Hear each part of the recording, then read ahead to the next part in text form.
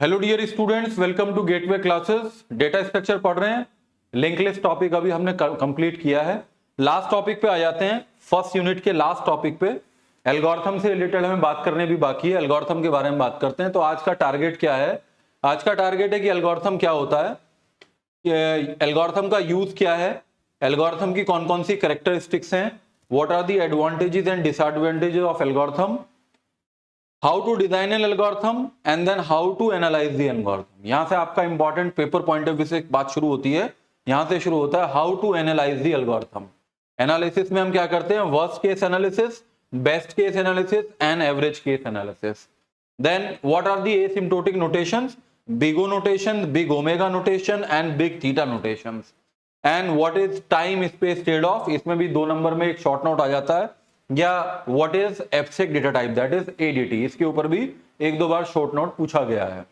तो आज का ये जो टॉपिक है, जैसे मैंने आपको बताया था पहले भी, ये जो हम यूनिट 1 कर रहे हैं, मैंने आपको पहले भी बताया यूनिट 1 में मैंने 4 टॉपिक लिखे थे कि यूनिट 1 4 टॉपिक से मिलकर बना है। 4 कॉन्सेप्ट हैं उसके अंदर। सबसे पहला तो है डेटा स्ट्रक्चर के बारे में कि what is data structure, type of data structure, how many operations can be performed on data structure and what are the application areas of different data structures। दूसरा हमने ये पढ़ा था कि एरे क्या होता है, एरे कितने तरह का होता है, इंटीजर एरे क्या होता है, कैरेक्टर एरे क्या होता है, एरे पे कौन से ऑपरेशन पॉसिबल हैं, और अलग अलग ऑपरेशंस को हमने बिल्कुल प्रोग्रामिंग एल्गोरिथम के साथ उसको पढ़ा था कि कैसे किसी ऑपरेशन को किसी एरे के ऊपर परफॉर्म करते हैं। ये बहुत हमने डिटेल में हम बिल्कुल बात की थी। तीसरा हमने सबसे बड़ा टॉपिक पढ़ा इस डेटा स्ट्रक्चर का, दैट इज लिंक्ड लिस्ट।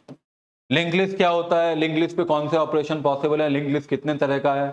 फिर हमने लिंक लिस्ट के ऊपर कौन कौन से ऑपरेशन है, जैसे कि इंसर्शन ऑपरेशन कैसे होगा, डिलीशन ऑपरेशन कैसा होगा। इंसर्शन में भी 4 तरह के ऑपरेशन था कि स्टैक में कैसे होगा, क्यू में कैसे होगा, ऐड बिफोर कैसे होगा, ऐड आफ्टर कैसे होगा। डिलीशन में देखा था कि डिलीट बिफोर कैसे होगा, डिलीट आफ्टर कैसे होगा, डिलीट फर्स्ट कैसे होगा, डिलीट लास्ट कैसे होगा, deletion of a particular node कैसा होगा।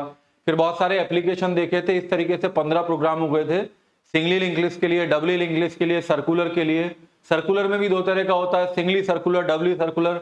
तो ये सारी बातें हमने किसके अंदर की थी? लिंक लिस्ट के अंदर की थी। इसी वजह से आज after the 33 lectures, today it is your after 32 lectures, we are able to finalise our unit 1 in 33 lectures. और आज हमारा जो टॉपिक है that is topic number 4, algorithm.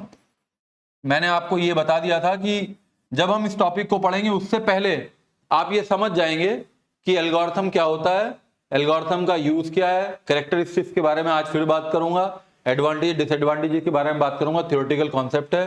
How to design an algorithm ये हम देख चुके हैं, क्योंकि हम बहुत सारी एल्गोरिथम लिख चुके हैं, एरे में भी और लिंक लिस्ट में भी। थोड़ा सा ये इंपॉर्टेंट है कि एनालिसिस कैसे करते हैं, और एनालिसिस करने के भी 3 तरह के हैं। एक तो है worst case analysis, best case analysis, average case analysis.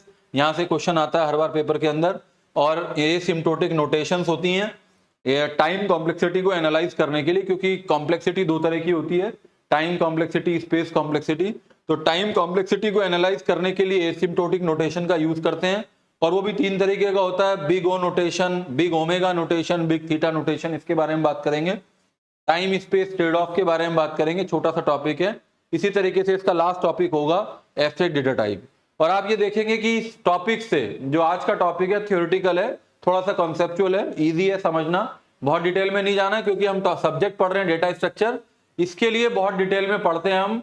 जो हमारा एक सब्जेक्ट होता है आगे अगले सेमेस्टर्स में होता है, वो सब्जेक्ट होता है डिजाइन एनालिसिस एंड एल्गोरिथम। उस बहुत फेमस सब्जेक्ट है, इसके बाद का सब्जेक्ट है, इसके बाद का कोर्स है design analysis and algorithm, short में उसे डा बोलते हैं। तो उसके अंदर इस टॉपिक के बारे में ही होता है वो पूरा कोर्स, पूरा जो सब्जेक्ट है उसकी सारी यूनिट इससे एल्गोरिथम से रिलेटेड ही है, एल्गोरिथम डिजाइन से और एल्गोरिथम एनालिसिस से। थोड़ा सा इंट्रोडक्शन आपको डेटा स्ट्रक्चर में मिलता है, क्योंकि डेटा स्ट्रक्चर में आप बहुत सारे डेटा स्ट्रक्चर के बारे में पढ़ते हो, उन डेटा स्ट्रक्चर पे कौन से ऑपरेशन है उनके बारे में पढ़ते हो। अब ऑपरेशन को परफॉर्म करने के, किसी एल्गोरिथम को इंप्लीमेंट करने के एक से ज्यादा तरीके होते हैं, तो कौन सा तरीका बेटर है ये पता करने के लिए एनालाइज करना बहुत जरूरी है किसी एल्गोरिथम को। तो ये सब हम डिस्कस करने वाले हैं, और बहुत सारे क्वेश्चन देखेंगे जिससे ऑलरेडी पूछे गए हैं। चलिए आगे बढ़ते हैं और आज खत्म करते हैं यूनिट 1 को। What is an algorithm? वैसे तो मैं बार बार एक डेफिनेशन आपके सामने बोलता हूं। एल्गोरिथम क्या होता है? एल्गोरिथम और फ्लो चार्ट होता क्या है? ये डिजाइनिंग टूल्स हैं। These are the designing tools. कौन कौन से होते हैं? एक तो होता है एल्गोरिथम और एक होता है flow chart. These are the designing tool, flow chart. तो एल्गोरिथम क्या होता है? Step by step representation of a logic in simple language, और that language is English language, क्योंकि इंग्लिश में लिखा है सब। तो अगर किसी प्रोग्राम के किसी लॉजिक को आप एक एक करके स्टेप बाय स्टेप लिखते हो और उसकी कुछ प्रॉपर्टीज के साथ, उसे हम क्या बोलते हैं? वो एल्गोरिथम होता है। और अगर किसी लॉजिक को आप पिक्टोरियल फॉर्म में रिप्रेजेंट करते हो, that is known as pictorial representation of a logic is known as flow chart. तो एल्गोरिथम क्या होता है? Most people believe that a computer can do everything. सबको ये लगता है कि कंप्यूटर जो है सब कुछ कर सकता है, लेकिन ऐसा नहीं है। But it can perform only pre defined instruction. वो क्या काम करता है? जो पहले से हम उसे बताते हैं। और वो क्या होता है जो पहले से बताते हैं? वो जो प्री डिफाइंड इंस्ट्रक्शन है उन्हें क्या बोलते हैं? एल्गोरिथम बोलते हैं। In other words we can say before coding instruction by instruction representation of a logic is known as algorithm. ये वर्ड आ गया यहाँ पे बिफोर कोडिंग। तो मैं एक बात आपको यहाँ बताना चाहूंगा कि हम ये जो स्टेप्स हैं, जर्नल स्टेप जो हैं किसी सिस्टम को बनाने के या किसी प्रोग्राम को बनाने के, कुछ जर्नल स्टेप्स ये हैं। सबसे पहले हम क्या करते हैं? हम एसआरएस लिखते हैं। एसआरएस का मतलब है हम सॉफ्टवेयर रिक्वायरमेंट स्पेसिफिकेशन लिखते हैं। सॉफ्टवेयर रिक्वायरमेंट स्पेसिफिकेशन का मतलब है कि जो सॉफ्टवेयर या सिस्टम या जो प्रोग्राम आप बनाने वाले उसकी रिक्वायरमेंट क्या है। वो हार्डवेयर रिक्वायरमेंट भी हो सकती है, वो सॉफ्टवेयर रिक्वायरमेंट भी हो सकती है। तो ग्रुप का जो सबसे सीनियर मेंबर होता है उसको ये काम करना चाहिए, क्योंकि अगर पहला स्टेप जो एसआरएस ही अगर आपने सही तरीके से कलेक्ट नहीं किया है, तो आपको जो प्रोजेक्ट लिखना है या जो प्रोग्राम या सॉफ्टवेयर लिखना है, आप उसके सही जो आउटपुट है उस तक नहीं पहुंच पाओगे। तो बहुत सीनियर आदमी को इसके लिए काम करना चाहिए, प्रोफेशनल को इसके लिए काम करना चाहिए। फिर आप क्या करते हो? एसआरएस लिखने के बाद आप डिजाइनिंग करते हो, सॉफ्टवेयर को डिजाइन करते हो। डिजाइन करने के लिए आप ये डिजाइनिंग टूल का यूज करते हो, डिजाइनिंग टूल्स का यूज करते हो। और डिजाइनिंग टूल्स क्या हैं? अभी मैंने लिखे हैं algorithm and flow charts. Pseudo code भी लिखते हैं, उसके बारे में भी बात कर लेंगे, बहुत ज्यादा फर्क नहीं है। सूडो कोड भी लिखते हैं, डिजाइनिंग करते हो। डिजाइन करने के बाद फिर आप कोडिंग करते हैं, है ना। इससे पहले बीच में एक काम और करते हैं, मुझे यहां लिख देना चाहिए, हम फिजिबिलिटी एनालिसिस भी करते हैं। फिजिबिलिटी एनालिसिस, तो ये 3 हो जाएगा और ये 4 हो जाएगा। फिजिबिलिटी एनालिसिस का मतलब है जो सॉफ्टवेयर आप बनाना चाह रहे हो उसकी फिजिबिलिटी आप चेक करते हो। फिजिबिलिटी कई तरह की होती है, सोशल फिजिबिलिटी भी हो सकती है, इकोनॉमिक फिजिबिलिटी भी हो सकती है, और टाइम फिजिबिलिटी भी हो सकती है। सोशल का मतलब है कि सोसाइटी को कोई नुकसान नहीं होना चाहिए। बहुत कम शब्दों में बता रहा हूँ क्योंकि आपका टॉपिक नहीं है, लेकिन थोड़ा सा आइडिया दे रहा हूँ। सोशल का मतलब है सोसाइटी को कुछ नुकसान नहीं होना चाहिए, क्या फायदे हैं क्या नुकसान है। इकोनॉमिक का मतलब है किसी ने आपसे कहा कि मेरे लिए सॉफ्टवेयर लिख दीजिए, 3 महीने तक मुझे दे दीजिए, फिर मैं इसे यूज करूंगा, फिर 6 महीने के बाद मैं यहाँ से चला जाऊंगा, मैं कुछ और काम करूंगा। तो आपको बनाने में ही सपोज वो 6 महीने लग गए, या जितनी कॉस्ट उसने कही थी उससे ज्यादा कॉस्ट लग गई, तो ये इकोनॉमिक फिजिबल हो गया। और टाइम ज्यादा लग गया तो वो टाइम फिजिबल हो गया। तो फिजिबिलिटी एनालिसिस करने के बाद आप डिजाइन करते हैं डिजाइनिंग टूल का यूज करके। तो वो जो एल्गोरिथम हम पढ़ रहे हैं वो किस स्टेप में आता है? डिजाइनिंग में आता है। डिजाइनिंग के बाद आप कोडिंग करते हैं, यानी कि किसी प्रोग्रामिंग लैंग्वेज का यूज करते हैं आप। जैसे कि आप जितने भी प्रोग्राम लिख रहे हैं वो आप किस में लिख रहे हैं? अपनी सी लैंग्वेज में लिख रहे हैं। कोडिंग के बाद फिर टेस्टिंग करते हैं आप, टेस्ट करते हैं अपने प्रोग्राम। बहुत तरह की टेस्टिंग होती है, black box testing, white box testing, वो भी अलग अलग तरह की होती है, अल्फा टेस्टिंग, बीटा टेस्टिंग, बहुत सारी बात है इसमें करने के लिए। टेस्टिंग के बाद फिर जब वो एरर फ्री हो जाता है, जब आप कुछ सेटिस्फेक्शन आ जाता है, तो इम्प्लीमेंटेशन करते हो आप उसे। इम्प्लीमेंटेशन का मतलब है जिसके लिए बनाया उसकी साइट पे ले जाके उसे इम्प्लीमेंट करते हो, और फिर कुछ समय के लिए उसका मेंटेनेंस भी प्रोवाइड करते हो, है ना। ये बात मैं आपको इसलिए सब बता रहा हूं क्योंकि आपने बनाया है, बनाने के बाद आप उसका मेंटेनेंस भी देखते हो। तो ये मैं इसलिए बता रहा था क्योंकि यहाँ पे एक लाइन आ गई थी कि in other word we can say before coding, coding से पहले इंस्ट्रक्शन बाय इंस्ट्रक्शन रिप्रेजेंटेशन, किसमें? डिजाइनिंग फेज में, of logic is known as an algorithm. अब आप समझ गए होंगे। An algorithm is a description of a sequence of events that constitute the process of getting the desired output from the given input. आप कुछ input देते हैं, कुछ प्रोसेस होता है, फिर कुछ आउटपुट आता है। ऐसा कोई कोड आप नहीं लिखते जिसका कोई आउटकम ना हो। ऐसा हो सकता है कि इनपुट ना हो, जैसे कि सपोज आपको केवल हेलो प्रिंट कराना है, तो हेलो प्रिंट कराने में इनपुट कुछ नहीं है। 2 नंबर का एडिशन कराना है तो 2 नंबर एडिशन कराने में इनपुट है। क्या इनपुट है? आपको 2 नंबर इनपुट करने पड़ेंगे। First you should have the 2 numbers, then processor will process on these 2 number and the operation is addition. Then after operating on these 2 number you will get the output, that is third number result sum. तो ऐसा नहीं है कि हर एक algorithm आप लिखते हो उसका इनपुट होता है, किसी का इनपुट होता है, किसी का नहीं होता, बट उसका हमेशा क्या होता है, उसका एक आउटपुट जरूर होता है। An algorithm is any conceptual procedure, computational procedure that takes some values or set of values input and produces some value or set of values of output। यानी कि एल्गोरिथम में आप कुछ ना कुछ इनपुट करते हैं, नहीं भी करते हैं, कुछ प्रोसेस करते हैं, लेकिन उसके बाद आपको हमेशा कोई ना कोई कम से कम एक आउटपुट जरूर मिलता है। चलिए आगे चलते हैं। ये सब थ्योरी है, ये मैंने आपको स्टोरी सुनाई है, अभी आगे बढ़ते हैं। एक एल्गोरिथम और है। The word algorithm means a set of rules to be followed in a calculations or other problem solving operations or a procedure for solving a mathematical problem in a finite number of steps। ये देखेंगे अभी आप, हर एक algorithm में क्या होता है, उसकी कैरेक्टरिस्टिक्स होती है। उसकी कैरेक्टरिस्टिक्स में एक कैरेक्टरिस्टिक क्या होती है, उसमें फाइनाइट नंबर ऑफ स्टेप होते हैं। ऐसा नहीं आप किसी के लिए एल्गोरिथम लिखना आपने शुरू किया और वो खत्म नहीं कर पा रहे हैं आप, ऐसा नहीं होना चाहिए। फाइनाइट नंबर ऑफ स्टेप होने चाहिए। That frequently involves recursive operation. Recursive भी हो सकते हैं। रिकर्सिव का मतलब है when a function call to itself. आपने एक एल्गोरिथम लिखा 4 लाइन का, तो वो फाइनाइट नंबर के लिए रिकर्सिव भी हो सकता है कि फिर दोबारा से उसे कॉल किया, दोबारा से वो एग्जीक्यूट हुआ, दोबारा से एग्जीक्यूट हुआ, तो ऐसा भी हो सकता है। वो रिकर्सिव इन नेचर भी हो सकता है। रिकर्सिव का मतलब है जो खुद को बार बार कॉल करता है। आगे पढ़ेंगे। Therefore algorithm refer to a sequence of finite step to a particular problem. In simple word, step by step representation of a program logic is known as algorithm। अगर आप किसी भी प्रोसीजर को लिखना चाहते हैं, लिखते हैं which is language independent, which is language programming language independent, programming language independent, depend नहीं होता वो, independent, DEINDEPENDENT। इंडिपेंडेंट का मतलब है ऐसा नहीं है सी में लिखेंगे अलग एल्गोरिथम, सी प्लस प्लस में लिखेंगे अलग अलग। एल्गोरिथम तो किसी काम करने का एक ही होता है, आप उसे किसी भी प्रोग्रामिंग लैंग्वेज के अंदर इंप्लीमेंट कर सकते हैं। आगे चलते हैं। ये एक डायग्राम मैंने रखा है कि आपके पास कुछ इनपुट होगा, आपके पास लिख सकता हूं मैं 0 और मोर इनपुट, है ना, और आउटपुट क्या होगा, आउटपुट इज 1 और मोर output.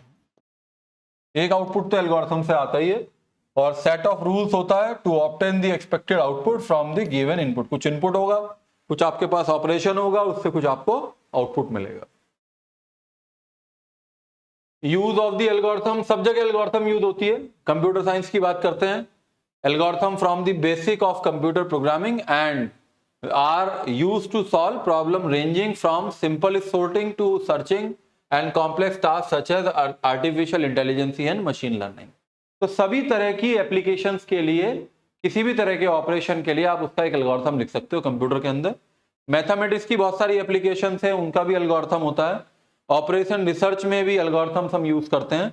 Algorithm are used to optimise and make decision in the field such as transportation problems होती हैं, लॉजिस्टिक्स होती हैं, रिसोर्स एलोकेशन की होती हैं, कैसे रिसोर्स एलोकेशन करना है। ऑपरेटिंग सिस्टम ये बहुत काम अच्छे से करता है, उसका काम ही रिसोर्स एलोकेटर का होता है, तो वहां पे भी बहुत सारी एल्गोरिथम होती हैं कैसे किसी को कोई रिसोर्स दिया जाए। जैसे मैं अगर सीपीयू की बात करता हूं तो कुछ रिसोर्स एलोकेशन की मुझे कुछ एल्गोरिथम याद आ रही है, जैसे कि एसजेएफ होती है, शॉर्टेज जॉब फर्स्ट होता है, एफसीएफएस होता है, फर्स्ट कम फर्स्ट सर्व होता है। तो इस तरह की कुछ एल्गोरिथम्स होती हैं जो रिसोर्स एलोकेशन का काम करती हैं। आर्टिफिशियल इंटेलिजेंस की बहुत एल्गोरिथम्स हैं, सब जगह एल्गोरिथम मिलेंगी। डेटा साइंस एक नया डिसिप्लिन है, that is data science, artificial learning, artificial intelligence, machine learning.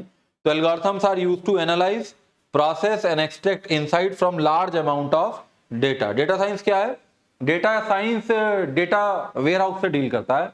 Data science database से कम डील करता है।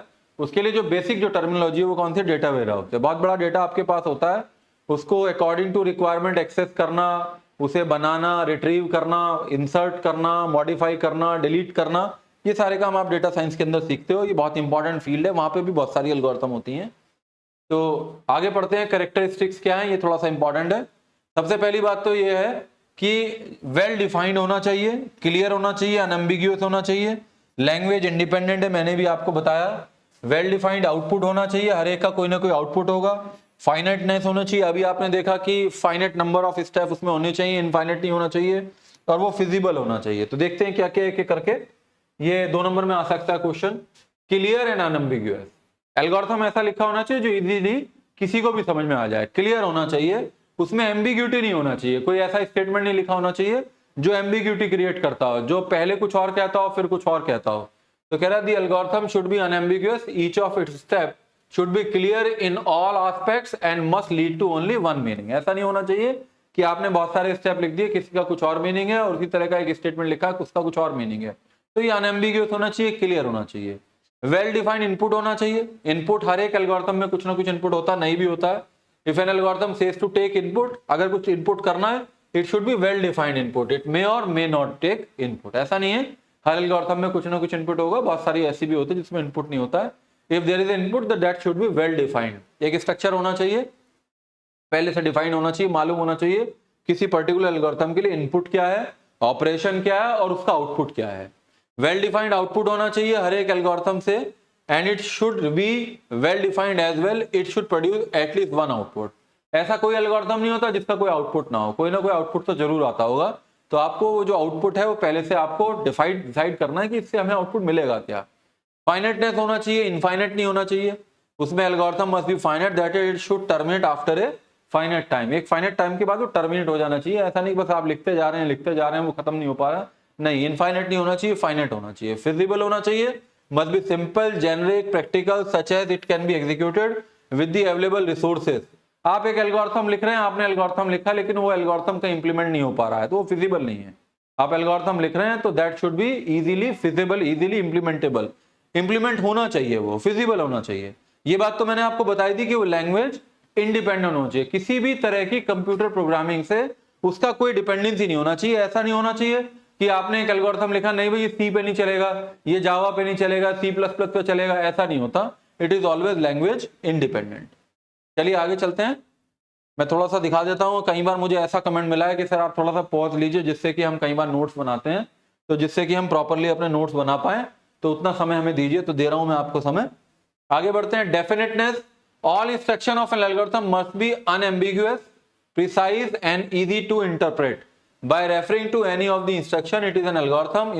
One can clearly understand what is to be done. Every fundamental operator in instruction must be defined without any ambiguity. मैंने कहा अनएम्बिग्यूअस होना चाहिए, कुछ मिलता जुलता है उससे। डेफिनेटनेस मतलब इसके अंदर क्या होना चाहिए, क्लियर होना चाहिए, अनएम्बिग्यूअस होना चाहिए।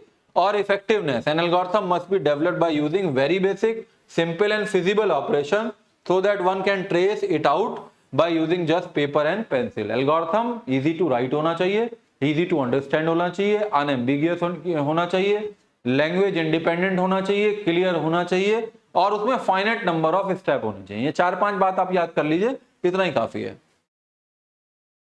एडवांटेजेस क्या है सब देख लिया आपने। इजी टू अंडरस्टैंड होना चाहिए, इजी टू अंडरस्टैंड होता है algorithm, step by step representation होता है किसी भी प्रॉब्लम के लिए, उसका सोल्यूशन होता है।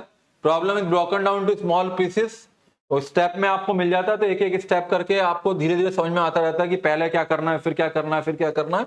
It is easier for the programmer to convert into actual program, क्योंकि एल्गोरिथम ऐसा लिखा होना चाहिए, ऐसा होता है एल्गोरिथम जिससे हम किसी भी प्रोग्रामर को, प्रोग्रामर चाहे वो C++ जानता हो, सी जानता हो, जावा जानता हो, उसे इंप्लीमेंट कर सके। डिसएडवांटेजेस क्या है, टाइम लेता है, पहले आपको एल्गोरिथम लिखना पड़ता है, समझना पड़ता है।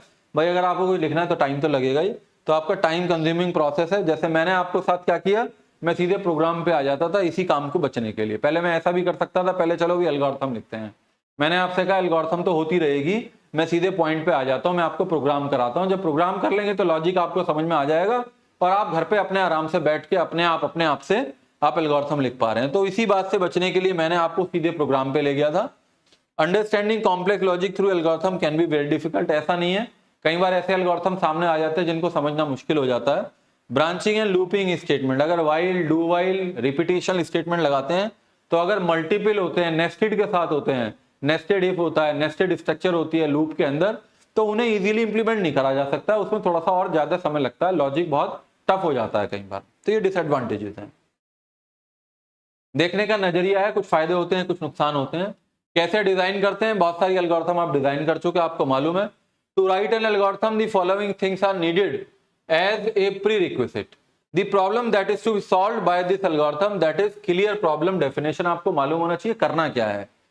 The constraints the pupil must be considered while solving the problem। कौन कौन से कंस्ट्रेंट होंगे, क्या क्या हमें चीजों की जरूरत पड़ेगी, रिसोर्सेज क्या क्या होंगे, इनपुट क्या होगा किसी एल्गोरिथम का, आउटपुट क्या आने वाला है, ये मालूम होना चाहिए। और solution to this problem is within the given constraint. और जितने रिसोर्सेज या वेरिएबल या कंस्ट्रेंट हमने लिए, आइडेंटिफायर हमने लिए हैं, उनका यूज करके जो हम इनपुट और आउटपुट डिसाइड कर रहे हैं, दैट मस्ट बी सॉल्व। तो इसी तरीके से एल्गोरिथम को डिजाइन किया जाता है। अब अपने पॉइंट पे आ जाइए। अब तक तो जो मैंने जितनी बात करी वो एल्गोरिथम की थ्योरेटिकल बात थी। आपका जो टॉपिक है that is how to analyse. ये भी एक नॉलेज है, बस दो तरीके से होता है, प्रायरी और पोस्टीरियर। प्रायरी का मतलब पहले, पोस्टीरियर का मतलब बाद में। किसके पहले किसके बाद में? Priori means before, hence priori analysis mean checking the algorithm before it's implementation. Implementation से पहले चेक करते हैं एल्गोरिथम को तो प्रायरी एनालिसिस होता है, और अगर इंप्लीमेंटेशन के बाद चेक करते हैं तो वो पोस्टीरियर एनालिसिस होता है। प्रायरी में क्या क्या करते हो? In this the algorithm is check when it is written in the form of theoretical step. जब आप कॉपी पे लिखते हो उस तरह से चेक करते हो। This efficiency of algorithm is measured by assuming that all other factors, for example processor की speed, constant and have no effect on the implementation. This is done usually by the algorithm designer. This always is independent of the type of hardware and language of the compiler. तो ये priori करते हैं क्योंकि हम इतना ध्यान नहीं रख पाते हैं कि हार्डवेयर के ऊपर जब ये एल्गोरिथम चलेगी तो कैसा उसका आउटपुट आने वाला, कैसा इसका बिहेवियर होगा। पोस्टीरियर में क्या करते हैं? इंप्लीमेंटेशन के बाद चेक करते हैं। In this the algorithm is checked by implementing it is any program, किसी प्रोग्राम में लिखते हैं, and executing it, this analysis help to get, जब उसे प्रोग्राम बना लेंगे तो कहीं पर रन करेंगे, actual and real analysis report about the correctness for every possible input, it shows returns correct output or not। तो जब किसी प्रोग्रामिंग लैंग्वेज में एल्गोरिथम को कन्वर्ट कर लेते हैं, उसे चेक करते हैं तो वो पोस्टीरियर एनालिसिस है, और इंप्लीमेंटेशन के पहले चेक करते हैं दैट इज प्रायरी एनालिसिस होता है। तो प्रायरी से क्या मिलता है? अप्रोक्सीमेशन आंसर मिलता है। और ये क्या होता है? Dependent to language, compiler and type of hardware use, इस पे ये डिपेंडेंट होता है। इसका भी फैक्टर इसके एनालिसिस में जुड़ जाता है। तो अगर आपसे पूछे कि दो तरीके का होता है एनालिसिस, एक तो प्रायरी होता है और एक पोस्टीरियर होता है। प्रायरी इंप्लीमेंटेशन से पहले होता है, बहुत सारी चीजें छूट जाती हैं। पोस्टीरियर इंप्लीमेंटेशन के बाद होता है, बहुत सारी चीजें उसमें और फैक्टर जुड़ जाते हैं, बहुत पास हो जाता है उसका एनालिसिस। इंपॉर्टेंट तीन तरीके हैं एल्गोरिथम को एनालिसिस करने के: worst case analysis, best case analysis और average case analysis. Worst case, best case, average case. हम बात हमेशा किसकी करते हैं? एवरेज की करते हैं। लेकिन ये क्या होते हैं ये भी देख लेते हैं। वर्स्ट केस एनालिसिस का मतलब है that define the maximum number of step taken for the data of size n। अभी देखता हूं एक एग्जांपल से। बेस्ट केस का मतलब है मिनिमम नंबर, और एवरेज केस का मतलब है इन दोनों के बीच की बात। ये देखना पड़ेगा इन दोनों के बीच की बात कि एवरेज केस एनालिसिस का मतलब है वर्स्ट केस में तो मैक्सिमम देखते हैं सबसे खराब क्या हो सकता है, बेस्ट केस में सबसे अच्छा क्या हो सकता है, और दोनों के बीच की बात क्या होती है, that is average case analysis. तो एनालिसिस कितने तरीके का है? तीन तरीके का है। Best case, sorry worst case, best case and average case. अभी पढ़ते हैं आगे। एग्जाम्पल ले लेते हैं एक लीनियर सर्च का। ये क्वेश्चन आपके एग्जाम्पल में क्वेश्चन पेपर में आया हुआ है। लीनियर सर्च में हम क्या करते हैं? लीनियर सर्च में हम क्या करेंगे, मैं थोड़ा सा आइडिया दे देता हूं लीनियर सर्च का, वैसे तो मालूम होगा आपको, एरे में हमने पढ़ा था। लीनियर सर्च में क्या करते हैं? सपोज एक लिस्ट है हमारे पास, ये लिस्ट है हमारे पास, सपोज ये 1 2 3 4 5 एलिमेंट है, 11 2 9 8 6, ये लिस्ट है एक। सपोज लिस्ट का नाम है ए। अब आप लीनियर सर्च में क्या करते हो? दो तरह की सर्चिंग है, एक तो लीनियर सर्च है और एक बाइनरी सर्च है। बाइनरी सर्च की बात नहीं कर रहे हैं। एग्जाम्पल क्या लिया हुआ है आपने? लीनियर सर्च का लिया हुआ है। लीनियर सर्च में हम क्या करते हैं? लीनियर सर्च में जिसे आपको ढूंढना होता है, सर्च मतलब ढूंढना, सर्च एक ऑपरेशन है, डेटा स्ट्रक्चर के ऊपर परफॉर्म किया जा सकता है। सर्च में हम क्या करते हैं? जिसे ढूंढना होता है उसकी लोकेशन जिसकी पता करनी होती है, जिसकी लोकेशन यानी कि आइटम जिसकी लोकेशन पता करनी होती है। सपोज 9 की लोकेशन पता करनी है, तो मैं क्या करूंगा? कैसे पता करूंगा इसकी लोकेशन? मैं शुरू से लेके लास्ट तक इसे कंपेयर करूंगा। कब तक कंपेयर करूंगा? जब तक लिस्ट कंपेयर ना हो जाए, लिस्ट कंप्लीट ना हो जाए। या तो ये मुझे मिल जाएगा, ये नहीं मिलेगा। मिल जाता है तो उसे क्या बोलते हैं? सक्सेसफुल सर्च बोलते हैं। नहीं मिलता है तो उसे क्या बोलते हैं? अनसक्सेसफुल सर्च बोलते हैं। अगर किसी आइटम को हम ढूंढते हैं, वो मिल जाता है तो उसे क्या बोलते हैं? Successful search. वो नहीं मिलता है तो अनसक्सेसफुल। लेकिन ढूंढते कैसे हैं? आप इस आइटम को लिस्ट के हर एक आइटम से, एलिमेंट से कंपेयर कराओगे। कब तक?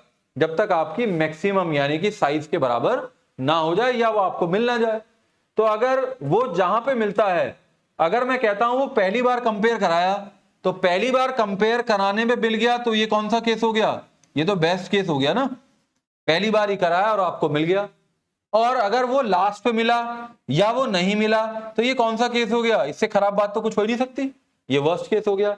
लेकिन अगर वो कहीं बीच में मिलता है तो वो कौन सा केस हो गया? वो एवरेज केस हो गया। मुझे लग रहा है, उम्मीद है आपको समझ में आ रहा होगा। वर्स्ट केस का मतलब है जितने maximum possible comparison, checking, scanning हो सकती है, जितना हम ज्यादा से ज्यादा उसके अंदर जा सकते हैं वो जाते हैं। जैसे कि सर्च करना मुझे 9 को, या मुझे सर्च करना है 6 को, तो 6 कहां मिलेगा? यहां भी नहीं मिला, यहां भी नहीं मिला, यहां भी नहीं मिला, यहां भी नहीं मिला। तब आपको पता चल गया, सारा देख लिया, लास्ट बचा, या तो यहां होगा या नहीं होगा। तो लास्ट को भी देखा तो मिल गया। लेकिन अगर ये 60 होता, लास्ट को देखने के बाद भी नहीं मिलता, तो नहीं मिलता तो अनसक्सेसफुल सर्च हो जाता। लेकिन ये वर्स्ट केस है। लेकिन जैसे ही मैंने ढूंढना शुरू किया, पहली बार ही मैच हो गया, तो वो बेस्ट केस है। बीच में कहीं मिलता है, इधर उधर कहीं मिलता है, कुछ एवरेज के साथ मिलता है, that is average case analysis. तो ये एल्गोरिथम है लीनियर सर्च की। This algorithm is used to search the location of item from array A, list A, which is of N element. Getting my point? मैंने क्या बोला? This algorithm is used, ये लिखा भी है, this algorithm is used, linear search, this algorithm is used to find क्या? The location loc of element item from the list of elements A, which is of N element. जो कितने element का है? An element का है। कैसे करते हैं? Start set i equals to 1 to and lock equals to 0। फिर आप ये लूप लगा देते हैं step 3 and 4 while i less than equals to n। ऐसी लगाते हैं ना, फॉर i इक्वल्स टू 0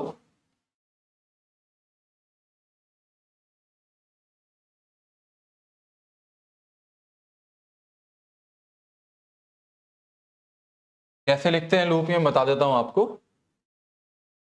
ऐसे लिखते हैं, for suppose i equals to 0, i less than, या 1 से ले रहे हैं, उसी कॉन्सेप्ट पे रहते हैं, प्रोग्रामिंग छोड़ देते हैं, लैंग्वेज इंडिपेंडेंट। सपोज 1 से ले रहे हैं, less than equals to n कर लिया और i प्लस प्लस कर दिया।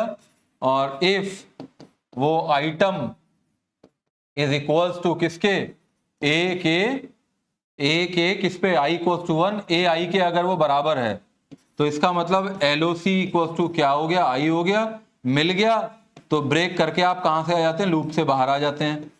जब आपको मिल गया तो आप लूप से बाहर आ जाते हैं। जब i की वैल्यू 1 है, 1 less than equals to n है, कंडीशन ट्रू है। क्या आइटम बराबर है ai के? आइटम कितना है? सपोज जो भी ढूंढना है, क्या वो पहले a0 के बराबर है, क्या वो a1 के बराबर है, क्या वो a2 के बराबर है? कब तक करते हो? जब तक n के बराबर ना हो जाए। तो यही एल्गोरिथम लिखा हुआ है। और अगर मिल जाता है तो लोकेशन अगर 0 है तो इसका मतलब लॉक नाम का वेरिएबल अपडेट नहीं हुआ है, तो नहीं मिला है। अदरवाइज लॉक नाम का वेरिएबल अपडेट हो गया तो इसका मतलब मिल गया है। तो इसी को कंसीडर करते हुए कैसे निकाली एल्गोरिथम की कॉम्प्लेक्सिटी, देखिए। Now calculate the worst case, best case and average case complexity. Worst case कैसे होगा? लोअर बाउंड मैंने मान लिया 1 है और एरे क्या है? ए से लेके 1 से लेके n तक। मैंने क्या माना था? 1 से लेके ये 1 से लेके कहां तक माना था? 1 से लेके n तक, ठीक है। In the worst case, the desired element is either will be the last element or not found in the list। यही तो कह रहा था मैं, या तो लास्ट होगा या नहीं मिलेगा। इससे खराब क्या बात हो सकती है? या तो लास्ट में होगा बिल्कुल जाके, जिसको आप ढूंढ रहे हो आपको बिल्कुल लास्ट में मिलेगा, या नहीं मिलेगा तो उसमें कितने कंपैरिजन आपको करने पड़े? n कंपैरिजन करने पड़े। तो कॉम्प्लेक्सिटी कितनी हो गई? कॉम्प्लेक्सिटी को c से रिप्रेजेंट कर रहे हैं, तो कॉम्प्लेक्सिटी एल्गोरिथम की कितनी हो गई? n हो गई, यानी कि n कंपैरिजन आपको करना पड़ेगा। लेकिन बेस्ट केस की बात करूं तो एक ही बार करना पड़ेगा। पहली बार देखा और मिल गया, ये तो बहुत कम होगी कॉम्प्लेक्सिटी। और अगर मैं एवरेज केस की बात करूं तो in the average case there are total n elements and the probability of finding an element in n is 1/n। अगर ये तो आपका मैथमेटिक्स का पार्ट है कि अगर किसी average there are total n element है and the probability of finding an element is n, तो एक एलिमेंट को ढूंढने की कितनी होगी 1/n होगी। तो कैसे होगा, पहले की एक की 1 इंटू 1/n होगी, दूसरे की 2 इंटू 1/n होगी, तीसरे को ढूंढने के लिए 3 इंटू 1/n होगी, क्योंकि तीसरे पे जाने के लिए पहले कंपैरिजन, दूसरा कंपैरिजन, फिर तीसरा कंपैरिजन, इस तरीके से n एलिमेंट के लिए n इंटू 1/n होगी। तो ये कितना हो जाएगा 1/n कॉमन ले लीजिए, 1 plus 2 plus 3 plus 4 and so on n, that is the sum of first natural number. तो कितना हो जाएगा 1/n इंटू, इसको कैसे कैलकुलेट करते हैं n प्लस 1/2, ये ऐसे करते हैं ना 1/n इंटू n प्लस 1/2 करते हो, तो n से n कट गया तो कितना बचा n प्लस 1/2, कितना बच गया n प्लस 1/2। तो अगर कॉम्प्लेक्सिटी की बात करूं लीनियर सर्च की, तो जो लीनियर सर्च की कॉम्प्लेक्सिटी है किस केस में, एवरेज केस में कितनी है, ये है c equal to n plus 1/2 या n प्लस 1/2। तो ये क्वेश्चन ऑलरेडी एग्जाम में आया हुआ है, मैं अभी लास्ट में आपको दिखाऊंगा कि लीनियर सर्च का एग्जाम्पल लेते हुए आप उसकी कॉम्प्लेक्सिटी निकाल के दिखाइए, कौन सी, वर्स्ट केस की, बेस्ट केस की और एवरेज केस की। तो वर्स्ट केस में क्या है n होगी, बेस्ट केस में 1 होगी और एवरेज केस में कितनी होगी n प्लस 1/2 होगी। चलिए आगे बढ़ते हैं, ये टोटल थ्योरेटिकल है, इसी हिसाब से आपको इसके बारे में सोचना है। चलिए आगे आ जाते हैं, एसिम्प्टोटिक नोटेशंस 3 होती हैं। बिग ओ, सीधा सीधा क्वेश्चन आता है, what do you mean by asymptotic notation, explain big O notation, big omega and big theta notation with the example. तो बिग ओ है, ये बड़ा ओ लिखा है मैंने, ये बड़ा थीटा लिखा है, और ये बड़ा ओमेगा लिखा है, बड़ा थीटा लिखा है। करते क्या है, हर एक का अपना मतलब है। देयर आर 3 केसेस हैं, कौन कौन से अभी पढ़े हैं आपने, worst case, best case, average case. तो जो बिग ओ नोटेशन है वो किसके लिए होता है, वो वर्स्ट केस एनालिसिस के लिए होता है, ये लिखा है big O notation use for worst case analysis. जो बिग ओमेगा है वो किसके लिए होता है, वो बेस्ट केस के लिए होता है, ये लिखा है big omega is use for best case analysis. और जो लास्ट वाला है थीटा नोटेशन, वो किसके लिए होता है, एवरेज केस के लिए होता है, तो theta is use for the average case analysis. तो आप जब भी कोई देखेंगे एनालिसिस तो क्या निकालते हैं, हम हमेशा क्या निकालते हैं, हम वर्स्ट केस के लिए कैलकुलेट करते हैं। हम हमेशा क्या तैयार रहते हैं, किस केस के लिए तैयार रहते हैं, हम बेस्ट केस की नहीं निकालते, हम एवरेज केस भी नहीं निकालते, हम हमेशा क्या निकालते हैं, हमेशा क्या यूज करते हैं, बिग ओ नोटेशन का यूज करते हैं। बिग ओ नोटेशन किस लिए यूज करते हैं, वर्स्ट केस एनालिसिस के लिए यूज करते हैं। चलिए जैसे बिग ओ नोटेशन की बात करते हैं, ये बड़ा ओ है, बिग ओ नोटेशन की बात करते हैं, इसकी डेफिनेशन क्या है, डेफिनेशन एग्जाम में आपको लिखनी पड़ेगी, डायग्राम हमेशा आपको बनाना पड़ेगा। ये जो आपका नेक्स्ट सब्जेक्ट है डिजाइन एनालिसिस एल्गोरिथम, उसके अंदर ये बिल्कुल डिटेल में आपको पढ़ना होगा। यहां मैं पेपर पॉइंट ऑफ व्यू से बात कर रहा हूं। Suppose fn and gn are 2 functions, ऐसे समझ लीजिए, एक फंक्शन है fn, एक gn, defined on positive integers, जितनी भी वैल्यूज हैं पॉजिटिव इंटीजर्स हैं, with the property that fn is bounded by some multiplier of gn for almost n, all n, let there exist a positive integer n naught, एक ऐसा n naught है and a positive number such that n greater than n0 n naught, we have क्या condition होनी चाहिए, condition ये होनी चाहिए, ये वाली, fn is always less than equals to cgn। fn जो है वो हमेशा छोटा होगा, लेस देन इक्वल टू होगा या बराबर होगा किससे, gn से बराबर होगा। और किससे मल्टीप्लाई कर रहा है, वो एक c से मल्टीप्लाई कर रहा है, एक कॉम्प्लेक्सिटी यानी कि उस नेचुरल नंबर से मल्टीप्लाई कर रहा है। तो क्या लिखते हैं हम इस तरह से, फिर जो बिग ओ का यूज करके कैसे लिखते हैं, fn equals to omega of, omega यानी कि big O sorry not omega, big O gn, ऐसे भी लिख सकते हो, 2 ब्रैकेट लगाने की जरूरत नहीं है, fn equals to O big O gn, this is the definition of big O notation. ये डायग्राम बनाना देख लीजिए, ये वो पॉइंट है जिससे आगे देखिए, अभी तो ऊपर नीचे चल रहा है, लेकिन एक ऐसा n नॉट पॉइंट आपको फाइंड आउट करना है जिसके बाद जो fn होता है, जो फंक्शन आपको गिवन है, वो उससे छोटा या बराबर होगा किससे, जो gn है, जो दूसरा फंक्शन है, जो मल्टीप्लायर करने के बाद ऑलमोस्ट किसके बराबर होता है और सभी n के लिए सेटिस्फाई करता है। जैसे एग्जाम्पल देखिए, ये 2 एग्जाम्पल मैं लूंगा। एक एग्जाम्पल है, एक फंक्शन गिवन है fn equals to 3n plus 1। तो क्या प्रॉपर्टी हमारी क्या कहती है, प्रॉपर्टी अभी आपने पढ़ी, प्रॉपर्टी क्या कहती है, प्रॉपर्टी कहती है fn equals to fn less than equals to cgn। Property ये कहती है, लिख लिया मैंने, property says Fn less than equals to Cgn। ये इक्वेशन नंबर 1 हो गई। अब Fn क्या है? Fn है 3n+1, यहां लिख दिया 3n+1। अब मुझे ये फाइंड आउट करना है कि ये वैल्यू छोटी या बराबर होनी चाहिए किसके? gn से, जो आप फंक्शन बनाने वाले हो उससे। तो कैसे छोटी कैसे होगी? 3n+1 छोटा है किससे? 3n+n से छोटा है। देख लीजिए, 3n+1 छोटा या बराबर है किससे? 3n+n से। n की कोई भी वैल्यू रखूं, 1 रखूं, या तो वो उससे बराबर होगी या ये छोटा होगा। 1 रखा तो यही बन जाएगा, बराबर हो गया। 2 रखा तो इससे बड़ा हो गया। 3 रखा तो इससे बड़ा हो गया। किसके लिए? For all n greater than equals to 1। तो ये आप ऐसे फाइंड आउट करते हो। फिर ये कितना हो गया? 3n+1, n कितना हो गया? 4n हो गया। और फिर आप कंपेयर करो 1 और 2 को, तो कंपेयर करके क्या मिला? Fn क्या हुआ? ये तो क्या हुआ? ये तो हुआ आपका फंक्शन। Fn क्या हुआ? Fn is function. 4 क्या हुआ? 4 हो गई c की वैल्यू, और n क्या हुआ? आपका gn हो गया। तो Fn इक्वल्स टू कितना हो गया? ऑर्डर ऑफ n हो गया। Fn कितना हो गया? Order of n। वैसे भी अगर आपसे कोई जल्दी पूछे कि भाई ठीक है मुझे इसकी कॉम्प्लेक्सिटी बताओ, Fn इक्वल्स टू 3n+1, तो कह देना इसकी कॉम्प्लेक्सिटी n है। कोई आपसे कहे 3n² n+1 की बताओ, तो आप बता देना ऑर्डर ऑफ n² है जी इसकी। कोई आपसे पूछे n³ +1, तो बता देना इसकी n³ है। क्यों? कौन सा केस देख रहे हैं? वर्स्ट केस देख रहे हैं हम लोग। ठीक है, आगे बढ़ते हैं, दूसरा एग्जाम्पल लेते हैं। एग्जाम्पल 2। एग्जाम में लिखना आपको ऐसे ही कर लीजिए इसको। Fn equals to 4n² + n+। मैंने आपको पहले बता दिया क्या कॉम्प्लेक्सिटी आने वाली है। Order of big O 4n² आने वाली है।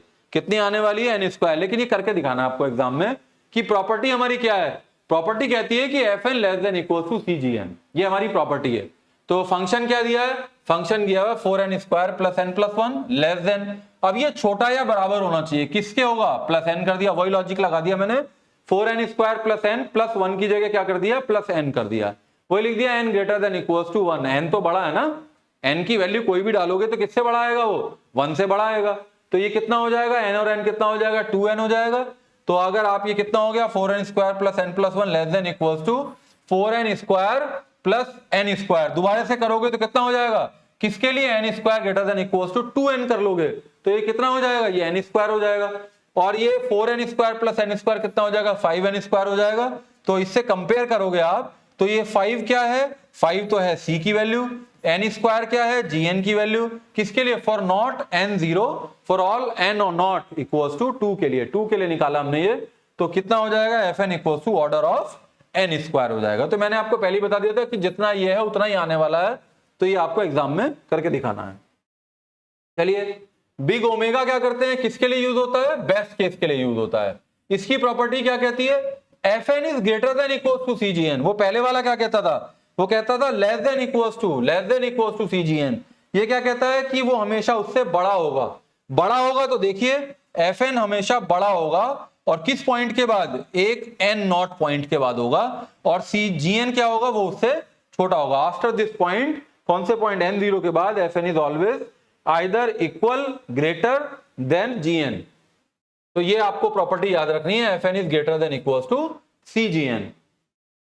क्वेश्चन कर लीजिए, न्यूमेरिकल कर लीजिए। सपोज ये आपको गिवन है कि इसकी एल्गोरिथम की कॉम्प्लेक्सिटी निकालो, किसके लिए? ओमेगा के लिए। तो हमारी प्रॉपर्टी क्या कहती है? Fn greater than equals to Cgn। Fn हमेशा बड़ा या बराबर होगा Cgn के। तो पहले तो Fn लिखिए। Fn क्या है आपका? Fn, इसको ऐसे भी लिख सकते हैं। कैसे लिख सकते हैं? Fn मैंने इधर लिख लिया और ये लिख लिया, तो इसको क्या कर दिया? लेस देन इक्वल्स टू कर दिया। फंक्शन क्या गिवन है? फंक्शन लिख लिया 4n+4।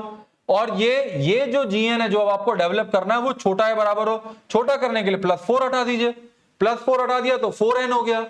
4n less than equals to 4n+1। तो किसके लिए? फॉर ऑल नॉट, यानी कि एक पॉइंट पे आके इसके बाद ये छोटा होगा। तो 4 क्या हो गया? वो c हो गया। n क्या हो गया? वो gn हो गया। और ये क्या है? फंक्शन है।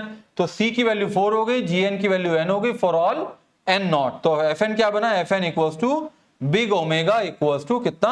n, order of n। वो पहले दिखाई दे रहा था कितना है, मैंने पहले ही आपको बता दिया है कि अगर 4n लिखा है, जो सबसे बड़ा होगा वो हम पता कर लेते हैं n, वो उसकी कॉम्प्लेक्सिटी होती है। आगे चलते हैं, एक एग्जांपल और देखिए। इसका n² आने वाला है। Fn equals to 2n² + 3n+1। Property क्या कहती है? Cgn less than equals to Fn। तो Cgn क्या होना चाहिए? लेस देन होना चाहिए Fn के। मैंने चेंज कर लिया इसको। प्रॉपर्टी क्या कहती है? प्रॉपर्टी तो ये है Fn greater than equals to Cgn, लेकिन मैंने उसको कन्वर्ट कर लिया, लेस देन करके इधर ले आया, फंक्शन को इधर लिख लिया। फंक्शन क्या लिखा 2n square plus 3n plus 1, function इधर लिख लिया। अब ये वाला जो है इससे छोटा होना चाहिए, छोटा होने के लिए 3n प्लस 1 हटा दिया, 2n स्क्वायर लिख दिया, ये छोटा है बराबर होगा, तो 2 तो c की वैल्यू हो गई, n स्क्वायर gn हो गया, और ये कितना हो गया, ये fn की वैल्यू हो गई, तो c इक्वल्स टू 2 यहां से देख के लिख लिया, gn कितना हो गया, n स्क्वायर हो गया, तो fn equals to big omega equals to omega n square, तो कॉम्प्लेक्सिटी कितनी होगी, fn equals to omega n square. तीसरा क्या है, थीटा नोटेशन है। थीटा नोटेशन क्या कहती है, ये जो फंक्शन है ये हमेशा C1 और C1gn और C2gn के बीच में रहेगा, यही तो था। ये किसके लिए यूज होता है, एवरेज के लिए होता है। एवरेज में मैंने आपको क्या बताया था, एवरेज में वर्स्ट और किसके, बेस्ट केस के बीच का जो केस है दैट इज एवरेज केस। तो इसमें क्या होगा, इसमें दो बार लिखेंगे, fn किसके बीच में होगा, CGN यानी कि C1gn से तो छोटा या बराबर होगा, और दूसरा जो है C2gn से ये छोटा या बराबर होगा, यानी कि fn कहां होगा, कहीं बीच में होगा, तो fn बीच में है, और बीच में होने वाले का पॉइंट क्या है, वो ये पॉइंट है n नॉट पे क्या होगा, fn is less than equals to CGN and less than equals to C2gn is less than equals to fn। इसका न्यूमेरिकल देख लीजिए, example fn equals to 2n plus 7, तो इसकी ये प्रॉपर्टी है, प्रॉपर्टी ये कहती है, तो दो बार आपको करना पड़ेगा। अब इसमें क्या क्या होगा, एक तो ये लोअर बाउंड हो गया और एक ये अपर बाउंड हो गया, 2 बाउंड हो गए, लोअर बाउंड दैट इज कौन सी नोटेशन है, लोअर बाउंड यानी कि थीटा नोटेशन, और अपर बाउंड कौन सा हो गया, अपर बाउंड यानी कि वर्स्ट केस, तो बिग ओ नोटेशन हो गया, और लोअर बाउंड कौन सी हो गई, लोअर बाउंड हो गई आपकी थीटा नोटेशन, क्योंकि एवरेज निकालना है, यानी कि बेस्ट केस हो गया। तो calculate the lower bound, theta निकालते हैं पहले, तो थीटा में क्या था, C1gn is less than equals to fn, function क्या है 2n प्लस 7 लिख लिया, छोटा होना चाहिए तो 7 हटा दिया, 2n लिख लिया। आफ्टर कंपैरिजन C1 कितना बन गया, 2 बन गया, G1 कितना बन गया, G1 n बन गया, और fn कितना है 2n plus 7 for all n0। आगे बढ़ते हैं, now calculate the upper bound यानी कि big O notation. Big O notation का डेफिनेशन क्या है कि fn less than equals to C2gn, तो fn क्या है 2n प्लस 7, ये छोटा होना चाहिए, ये बड़ा कैसे होगा, जब मैं इसे 7 की जगह n कर दूंगा। लॉजिक है बस एक कि 7 तो नंबर हो गया, फिक्स हो गया, लेकिन n 8 भी तो हो सकता है, तो n क्या होना चाहिए, वो always that is greater than equals to 7 होना चाहिए। तो इससे आपको पता लग गया 2n प्लस n 7 तो fn हो गया, ये 2n प्लस n 3n हो गया, 3n में 3 C2 हो गया, और n कितना हो गया, gn हो गया, यानी कि C1 तो मिल गया 2, C2 आ गया 3, और gn में क्या मिला आपको, n मिल गया, और n नॉट कितना मिला, जो मैक्सिमम होगा वो लेना है, मैक्सिमम कितना आया 7 आया, वहां कम आया था, तो fn equals to theta of n आ गया। पहले मैंने बताया था कि उसमें क्या आएगा, जो उसका मैक्सिमम है वो आता है सॉरी। तो इस तरीके से आप, ये थ्योरेटिकल क्वेश्चन है और थोड़ा सा कॉन्सेप्चुअल है, इस तरीके से एल्गोरिथम के अंदर थ्योरेटिकल क्वेश्चन में भी आपको दिखाऊंगा, थ्योरेटिकल आएगा, निकालने के लिए नहीं आएगा। जो एग्जाम्पल मैंने दिए, मेरी बात को बार बार सुने, आपको बिल्कुल इजीली समझ में आ जाएगा, और मैंने बिल्कुल डिटेल में ये सॉल्व किया हुआ है पहले से ही। अगला टॉपिक है time space trade of. Time trade off का मतलब है जब एक चीज कम होती है दूसरी बढ़ती है, दूसरी कम होती है तो पहली बढ़ती है, तो यहां पे यही हो रहा है। कॉम्प्लेक्सिटी दो तरह की है, टाइम कॉम्प्लेक्सिटी, स्पेस कॉम्प्लेक्सिटी। जब टाइम जो बढ़ जाता है तो स्पेस कम हो जाता है, यानी कि एक्सेस का जो टाइम अगर बढ़ जाए तो इसके स्पेस कम लगता है, स्पेस अगर बढ़ जाता है तो टाइम कम लगता है। ऐसे कुछ है कि less time and using more space in less space by taking long time. Trade off का क्या मतलब है, trade off is a condition where one thing, time और स्पेस में से कोई एक इंक्रीजेस बढ़ती है, एंड अनदर थिंग, टाइम और स्पेस में से कोई एक डिक्रीजेस, एक बढ़ती है तो एक घटती है। टाइम बढ़ रहा है तो स्पेस घट रहा है, अभी देखेंगे कैसे, स्पेस बढ़ रहा है तो टाइम घट रहा है, अभी एग्जांपल से समझेंगे। तो इस तरीके से दो है ये बात, दो ट्रेड ऑफ है कि लेस टाइम है तो यूजिंग मोर स्पेस है, यानी कि स्पेस ज्यादा लग रहा है, लेस स्पेस है तो टाइम ज्यादा लग रहा है। कैसे, देखिए एग्जांपल क्या है, कौन कौन सा है, कंप्रेस्ड एंड अनकंप्रेस्ड फाइल। अगर फाइल आपकी कोई कंप्रेस्ड है, स्पेस कम लग रहा है, लेकिन कंप्रेस्ड फाइल के डेटा को एक्सेस करने में टाइम ज्यादा लगता है। अनकंप्रेस्ड है, स्पेस ज्यादा लगेगा, लेकिन अनकंप्रेस्ड फाइल को एक्सेस करने में, रिट्रीव करने में टाइम कम लगता है। Smaller code, loop unrolling. Smaller code और लूप अनरोलिंग का मैं आपको एग्जांपल देता हूं। जैसे एग्जांपल ये कि मैंने एक फॉर लूप लगाया, क्या करने के लिए, हेलो प्रिंट करना है मुझे एंड टाइम। ये क्या है, ये मैंने लूप लगाया, तो लूप लगाने से ये है स्मॉलर कोड। लूप से मैंने स्मॉल कोड लिखा कि जब आई की value 0, I less than equals to n है, तो हेलो प्रिंट कर दे। कितनी बार चलेगा ये लूप? ये वाला जो इंटीजर आई है ये एक बार एग्जीक्यूट होगा। ये वाला लूप कितनी बार चलेगा? n टाइम चलेगा। printf कितनी बार चलेगा? n टाइम चलेगा। तो अगर मैं इसकी कॉम्प्लेक्सिटी की बात करूं तो कॉम्प्लेक्सिटी कितनी आ रही है? टाइम ऑर्डर ऑफ n आ रही है। लेकिन इसके अंदर क्या लग रहा है, मेरा कोड छोटा है। अगर मैं इसे लूप अनरोलिंग कर दूं, यानी कि इस लूप को कन्वर्ट कर दूं, स्पेस बढ़ा दूं, मुझे अगर n है 50, अगर मैं 50 बार मैं लूप ना लगाऊं तो मुझे स्टेटमेंट कितनी बार लिखना पड़ेगा? 50 बार लिखना पड़ेगा। तो इसकी कॉम्प्लेक्सिटी कितनी होगी? इसकी कॉम्प्लेक्सिटी कितनी होगी? इसकी कॉम्प्लेक्सिटी अगर किसी एक ये इसकी कॉम्प्लेक्सिटी कितनी होगी? 1 होगी। इसकी कितनी होगी? 1 होगी। इसकी कितनी होगी? 1 होगी। तो मैक्सिमम कितनी हो गई? 1 हो गई। किसी भी स्टेटमेंट के एग्जीक्यूट होने की कॉम्प्लेक्सिटी कितनी है? 1 है। तो इसमें टाइम ज्यादा लग रहा है लेकिन कोड स्मॉलर है। इसमें स्पेस ज्यादा लग रहा है लेकिन टाइम कॉम्प्लेक्सिटी इसकी कम है। तो this is known as time space trade off. Compressed and uncompressed file, एक compressed file takes less space, जो फाइल कंप्रेस हो जाती है उसमें स्पेस कम लगता है, and takes more time to access it, and an uncompressed file takes more space and less time to access it. अगर कंप्रेस फाइल है तो स्पेस कम लगता है, कंप्रेस कर दिया आपने, लेकिन उसमें टाइम ज्यादा लगता है एक्सेस में। अगर अनकंप्रेस फाइल है तो स्पेस ज्यादा लगेगा क्योंकि कंप्रेस नहीं किया आपने, लेकिन उसे एक्सेस करने में टाइम कम लगता है। जैसे अभी आपने एग्जांपल देखा, smaller code, a loop unrolling. Lock means line of code, LOC means sorry line of code. Market में एक टर्म चलता है दैट इज KDLOC। इसके बारे में बहुत ज्यादा डिस्कशन मैं नहीं करूंगा, सॉफ्टवेयर इंजीनियरिंग का कॉन्सेप्ट है। Thousands of delivered line of code.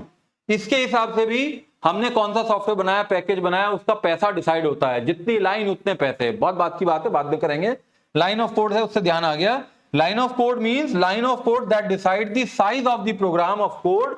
Suppose a program has loop and if we remove loop from the program then it is known as loop unrolling. Suppose किसी programme में आपने loop use किया है, अगर आप उसका loop remove करते हैं तो उस कॉन्सेप्ट को क्या बोलते हैं? loop unrolling करते हैं। और आपको दिखा रहे हैं कि पहले मैंने loop यूज किया तो कॉम्प्लेक्सिटी n आई जो ज्यादा है, और जब मैंने लूप को हटा दिया यानी कि लूप अनरोलिंग कॉन्सेप्ट को यूज किया तो मेरी कॉम्प्लेक्सिटी कितनी हो गई? कम हो गई, 1 हो गई। आगे बढ़ते हैं। When implementing through loop, complexity increases, and when implementing through loop unrolling, the time complexity is decreasing. वो 1 हो जाती है। But when implementing through loop space, complexity decreases. अगर हम loop की बात करते हैं तो स्पेस कॉम्प्लेक्सिटी डिक्रीज हो जाती है। When implementing through loop unrolling, space complexity decreases. Trade off का क्या मतलब है? जब स्पेस बढ़ता है टाइम घटता है, टाइम बढ़ता है स्पेस घटता है। ठीक है, आगे चलते हैं। लास्ट टॉपिक आज का, यूनिट 1 आपकी खत्म होने वाली है। Abstract data type. एडीटी क्या होते हैं? 2 तरह के डेटा टाइप होते हैं। एक होते हैं प्रिमिटिव डेटा टाइप, एक नॉन प्रिमिटिव डेटा टाइप। मैं आपको बता देता हूं। डेटा स्ट्रक्चर या डेटा टाइप आपने पढ़ लिए, 2 तरह के होते हैं। पहले भी आपने पढ़ा है, एक तो प्रिमिटिव, एक नॉन प्रिमिटिव। प्रिमिटिव का मतलब बिल्ट इन डेटा टाइप या लाइब्रेरी डेटा टाइप, ये भी यही मतलब है, या सिंपल डेटा टाइप। और नॉन प्रिमिटिव होते हैं जो किसके थ्रू बनते हैं? प्रिमिटिव डेटा स्ट्रक्चर के थ्रू बनते हैं। तो हमारा कॉन्सेप्ट क्या है? That is abstract data type. Abstract का मतलब होता है डेटा को हाइड करना। तो डेटा को हाइड करने का मतलब है, जैसे हम क्लास एक कॉन्सेप्ट लेते हैं, ये वहीं से लिया गया है टर्म। क्लास इसका बेस्ट एग्जांपल है। क्लास में हम क्या करते हैं? क्लास सपोज हमने एक एबीसी नाम की क्लास बनाई, तो हम एबीसी नाम के लिए सबसे पहले क्या लिखते हैं? उसके डेटा मेंबर लिखते हैं, और इन डेटा मेंबर पे ऊपर काम करने के लिए हम क्या लिखते हैं? मेंबर फंक्शन लिखते हैं। तो इसका मतलब यह है कि इस डेटा मेंबर के ऊपर काम करने के लिए केवल किसको परमिशन है? इन मेंबर फंक्शन को है। आउटसाइड दी वर्ल्ड, यानी कि इससे बाहर के लोग, इससे बाहर के फंक्शन इस डेटा को एक्सेस नहीं कर सकते। तो you can say this is the concept of data encapsulation और data hiding. Data type such as integer, float, double, long, etc. considered to be built-in data type, and we can perform basic operation with them such as addition, subtraction, division, multiplication, etc. Now, there might be a situation when we need operation for our user-defined data type, which have to be defined. यानी कि user-defined data type, or you can say programmer-defined data type, जैसे कि structure कैसा है, user defined data type, आपने पढ़ा है। Union कैसा है, structure user defined data type. Enum कैसा है, यूजर डिफाइंड डेटा टाइप। ये सब क्या एग्जांपल हैं, user defined data type. which have to be defined, these operations can be defined only as and when we require them. So in order to simplify the process of solving problem, we can create data structures.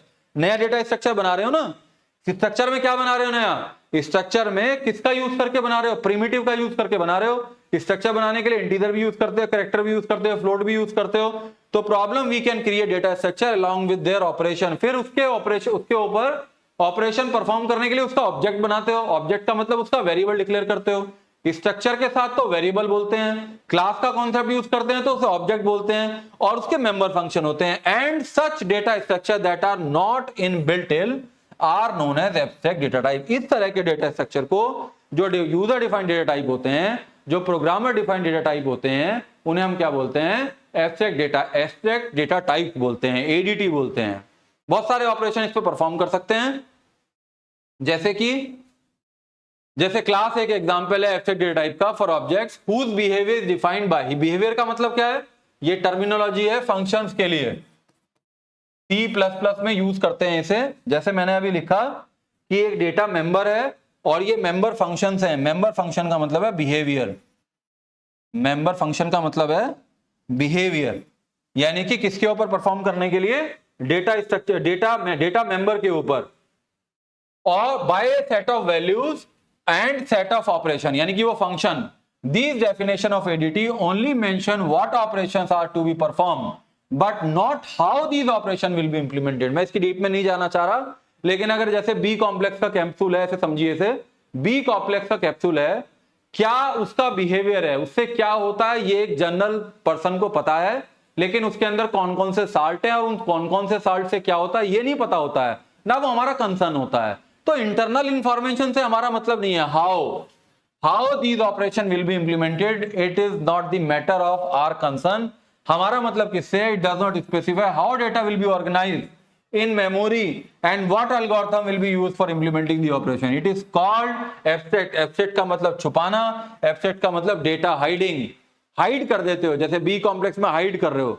Encapsulation वो concept है जिससे hiding को implement करते हो, because it gives an implementation independent view. Internally वो कैसे implement होगा, कैसे, कहां पे, क्या ऑर्गेनाइजेशन होगा, इस सबसे कोई मतलब नहीं है। उसका बिहेवियर कैसा होगा, किस डेटा के ऊपर परफॉर्म होगा, कैसे होगा, इससे मतलब नहीं है। That is known as abstract data type. The process of providing only essential, केवल essential information and hiding the detail known as abstraction. तो इस प्रॉपर्टी को क्या बोलते हैं, डेटा एब्स्ट्रैक्शन।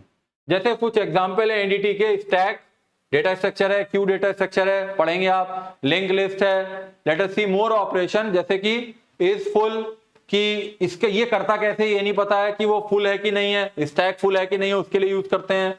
इज एम्प्टी, वो खाली है कि नहीं है, ये थ्योरेटिकल बात है। पुश एक ऑपरेशन होता है स्टैक में, इंसर्ट करने के लिए टॉप पे करता है। पॉप एक ऑपरेशन होता है, पॉप से डिलीट कर ले, टॉप से डिलीट करने के लिए। पीक होता है जो टॉप मोस्ट एलिमेंट को एक्सेस करने के लिए यूज होता है। साइज एक फंक्शन होता है, आप साइज ऑफ यूज कर चुके हो। साइज ऑफ, डायनेमिकली आप साइज कैलकुलेट करते हो और जितना साइज वो बताता है उतनी मेमोरी इंप्लीमेंट करते हो।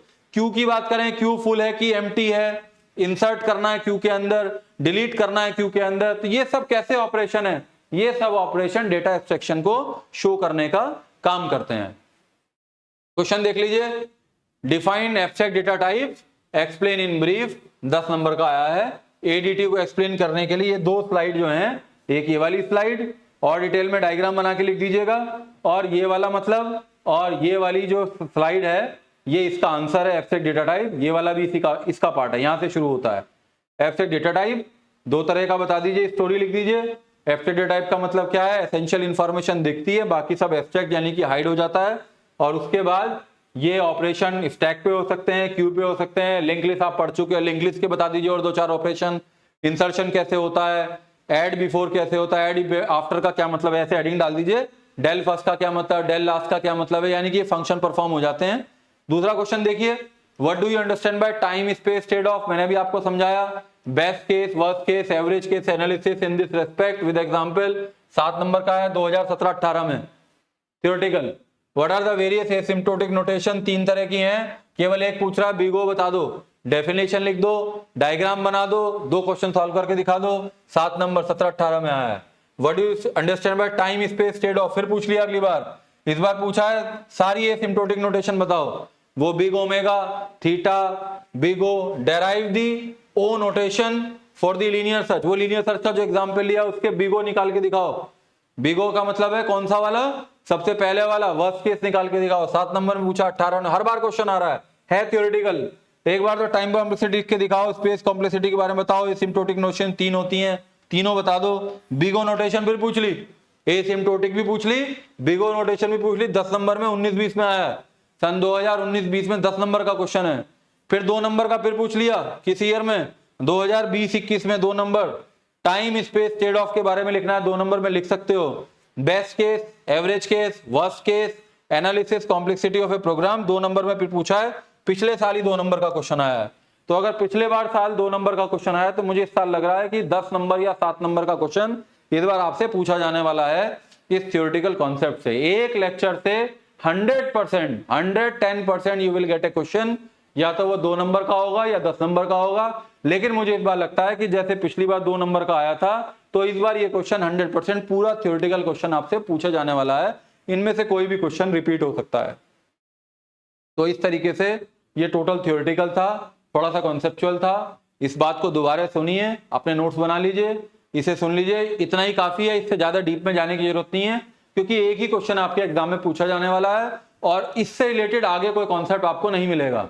एल्गोरिथम की कॉम्प्लेक्सिटी निकालने का क्वेश्चन एग्जाम के अंदर नहीं आएगा, केवल ये थ्योरेटिकल क्वेश्चन आएगा। एल्गोरिथम की कॉम्प्लेक्सिटी निकालने के लिए आपका जो अलग सब्जेक्ट है that is design analysis algorithm, वहां पे इस तरह के क्वेश्चन पूछे जाते हैं। यहाँ पे एप्लीकेशन आता है, वहां पे आपसे इस तरह का क्वेश्चन पूछा जाएगा कि आपको एक कुछ मिल जाएगा स्ट्रक्चर और उसका आपको एल्गोरिथम का कॉम्प्लेक्सिटी निकाल के दिखाना पड़ेगा। ठीक है, तो ये इस तरीके से now we have completed unit number 1। From the next lecture we will start unit number 2। इतना बड़ा नहीं है यूनिट 2। यूनिट 1 में 4 टॉपिक थे, बहुत सारी प्रोग्रामिंग थी, लिंक लिस्ट जैसा सबसे बड़ा टॉपिक डेटा स्ट्रक्चर का उसके अंदर था। बहुत सक्सेसफुली, बहुत अच्छे तरीके से हर एक प्रोग्राम को हमने समझा। कोई 1-2 प्रोग्राम मुझे ऐसा लग रहा है कि एग्जाम में पूछा है but we have not discuss, वो मैं जब सारे क्वेश्चन एक बार डिस्कस करूंगा, क्वेश्चन पेपर जो एग्जाम में पूछे गए हैं, तब उस समय आपको मैं दोबारा से कुछ क्वेश्चन जो अगर 1-2 रह गया तो उसको बता दूंगा। जैसे बार बार जब भी मैं इंग्लिश की बात करता हूं तो पॉलिनोमियल मेरे दिमाग में आ जाता है, तो पॉलिनोमियल का मैं एग्जाम्पल आपको जरूर कराऊंगा। और जैसा कि मैंने कहा था आपसे कि सर्कुलर लिंगली 2 तरह की है, सिंगली और डबली। तो डबली के प्रोग्राम मैंने आपके लिए छोड़ दिए हैं। डबली सर्कुलर का कभी कोई प्रोग्राम एग्जाम में अंदर नहीं पूछा गया है, सिंगली का पूछा गया है, डबली का पूछा गया है, सिंगली सर्कुलर का भी मेरे ख्याल से एक ही बार पूछा गया है। तो अगर आप चाहें तो अपना टाइम निकाल के अपनी प्रोग्रामिंग स्किल को और इंप्रूव करने के लिए आप डबली सर्कुलर के प्रोग्राम भी बना सकते हैं। Otherwise in full you can से जितने भी टॉपिक थे, जितने पॉसिबल कॉन्सेप्ट यूनिट 1 में होने चाहिए, all we have discussed, conceptual concept, programming concept, numerical concept, theoretical concept, everything we have discussed in very efficient manner. Now from the next lecture we will start unit number 2 and there are only 2 topics in unit number 2. One is stack and second is queue. बहुत interest आपको आने वाला है क्योंकि इसके अंदर numerical है, बहुत इजी टॉपिक है। जिसने मेरे साथ लिंक लिस्ट पढ़ लिया, समझ लिया, सब कुछ इजी है, सब कॉन्सेप्चुअल है और ऐसा कॉन्सेप्ट है जो इजीली आपको समझ में आने वाला है। बहुत ज्यादा लॉजिक लगाने की जरूरत उसके अंदर नहीं पड़ेगी। वो एक काम को आप बहुत अच्छे तरीके से, एक प्रोग्राम को अच्छे तरीके से आप इंप्लीमेंट करना अब सीख गए। ठीक है, ऑल द बेस्ट। यूनिट 1 को रिवाइज कीजिए। यूनिट 1 से रिलेटेड जितने भी क्वेश्चन आए हैं उनके आंसर अपने आप लिखने की कोशिश कीजिए। डेटा स्ट्रक्चर बहुत इंपॉर्टेंट सब्जेक्ट है आपके एग्जामिनेशन पॉइंट ऑफ व्यू से, आपके प्लेसमेंट पॉइंट ऑफ व्यू से और आपके फ्यूचर पॉइंट ऑफ व्यू से। सबसे इंपॉर्टेंट ये सब्जेक्ट है, सबसे इंपॉर्टेंट ये कोर्स है, तो इसको पढ़ते रहिए, रोज 1 घंटा इसको दीजिए। बाकी सब्जेक्ट भी इंपॉर्टेंट है लेकिन throughout the program, BTech program, some papers are very important. This course is one of them courses. ठीक है, थैंक यू। मिलते हैं फिर नेक्स्ट लेक्चर के अंदर and we will start the discussion on unit number 2। All the best.